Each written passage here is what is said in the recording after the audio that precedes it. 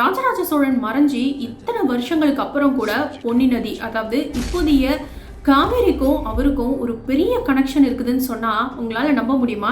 காவேரி நதி தண்ணிய அடிக்கடி தமிழ்நாடு கர்நாடகா கிட்ட கேட்கறது வழக்கமான ஒரு விஷயம் தான். 2018 தமிழ்நாடு கர்நாடகா கிட்ட தண்ணி கேட்கும் பொழுது கர்நாடகா நாங்க திறந்து விட மாட்டோம்னு சொல்லிட்டாங்க.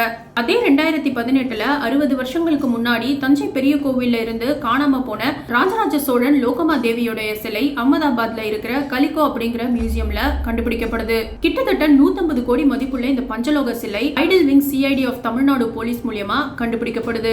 அப்போ இருந்த இன்ஸ்பெக்டர் ஜெனரல் ஆஃப் போலீஸான பொன் மாணிக்கவேலுடைய தலைமையில இந்த சிலைகள் தஞ்சை பெரிய கோவிலுக்கு கொண்டு வரப்படுது. அதே 2018 சிலைகளை கோவில கொண்டு வந்து வச்சிட்ட பிறகு அந்த வருஷம் பயங்கரமா மழை பெய்யுது. இதுக்கு மேல தண்ணிய அணையில தேக்கி வைக்க முடியாதுன்னு காவேரிய திறந்து விடுறாங்க கர்நாடகா. பொன்னியின் செல்வன் தமிழ்நாட்டுக்கு வந்த அடுத்த செகண்டே பொன்னி நதியும் தமிழ்நாட்டுக்கு வந்துருச்சு.